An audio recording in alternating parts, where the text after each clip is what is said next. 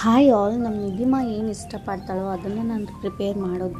ಆಕೆ ಯಾವಾಗ ನಾನು ಸಾಲಿಡ್ ಫುಡ್ ಸ್ಟಾರ್ಟ್ ಮಾಡಿದ್ದೆ ಅವಾಗಿಂದನೂ ಆಕೆ ರಾಗಿ ಸರಿ ಭಾಳ ಇಷ್ಟಪಟ್ಟು ತಿಂತಾಳೆ. ಹೊಟ್ಟೆ ತುಂಬ ತಿಂತಾಳೆ ಅನ್ನೋ ಕಾರಣಕ್ಕೆ ನಾನು ಇದನ್ನೇ ಆಕೆ 2 ಟೈಮ್ಸ್ ತಿನ್ನಿಸ್ತೀನಿ. ಒಂದೊಂದು ಸತಿ ರೈಸ್ನೂ ತಿನ್ನಿಸ್ತೀನಿ. ಸೊ ಬರೀ ಹೆಂಗೆ ಪ್ರಿಪೇರ್ ಮಾಡೋದು ಅಂತ ನಿಮ್ಮ ಜೊತೆ ತೋರಿಸ್ಕೊಡ್ತೀನಿ. ರಾಗಿನ ನಾನು ನಾನು ನೆನೆಸಿಟ್ಟು ನೈಟ್ ಪೂರ್ತಿ ಮೊಳಕೆ ಬರೋಕ್ಕಿಟ್ಟಿದ್ದೆ. ನೋಡಿರಿ, ಸ್ವಲ್ಪ ಮೊಳಕೆ ಬಂದವು, ಇನ್ನೂ ದೊಡ್ಡವು ಬರ್ತಾವೆ.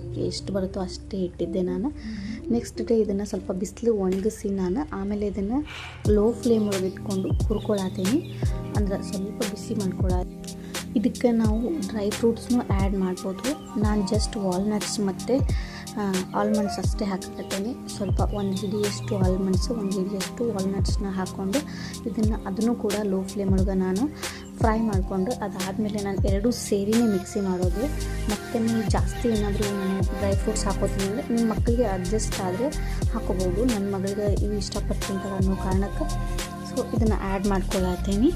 ಇವಾಗ ನೋಡಿರಿ, ಹುರ್ಕೊಂಡಾದ್ಮೇಲೆ ಇನ್ನೂ ಸ್ವಲ್ಪ ಆರಾಕ್ಬಿಟ್ಟು ಇದನ್ನು ಕಂಪ್ಲೀಟಾಗಿ ನಾನು ಮಿಕ್ಸಿ ಜಾರ್ಗೆ ಹಾಕ್ಕೊಂಡು ಮಿಕ್ಸಿ ಮಾಡ್ಕೊಳತ್ತೀನಿ. ಎಷ್ಟು ಅಂದರೆ ಫುಲ್ ತಿಳಿಯಾಗಿ ಮಿಕ್ಸಿ ಮಾಡ್ಕೊಳತ್ತೀನಿ. ಮಿಕ್ಸಿ ಮಾಡ್ಕೊಂಡಾದ್ಮೇಲೆ ಇದನ್ನು ಜರಡಿ ಇಟ್ಕೊಂಡು ಈ ರೀತಿ ಪುಡಿ ಮಾಡಿಟ್ಕೊಂಡ್ಬಿಟ್ರೆ ಯಾವಾಗಲೂ ಇನ್ಸ್ಟೆಂಟಾಗಿ ಮಾಡಿ ಕೊಟ್ಬಿಡ್ಬೋದು. ಇವಾಗ ತಾನೇ ಸಾಲಿಡ್ಸ್ ನೀವು ಸ್ಟಾರ್ಟ್ ಮಾಡಿದ್ದೀನಿ ಮಕ್ಕಳಿಗೆ ಅಂತಂದ್ರೆ ಇದು ಭಾಳ ಹೆಲ್ಪ್ ಆಗ್ತೈತಿ. ಸೊ ನಿಮ್ಗೆ ಹೆಲ್ಪ್ ಆಗಲಿ ಅಂತ ನಾನು ಮಾಡಿದ್ದು. ವಿಡಿಯೋ ಇಷ್ಟ ಆಗಿ ಒಂದು ಲೈಕ್ ಮಾಡಿ, ನಮ್ಮ ಪೇಜ್ ಫಾಲೋ ಮಾಡ್ಕೊಳ್ಳಿ. Thank you.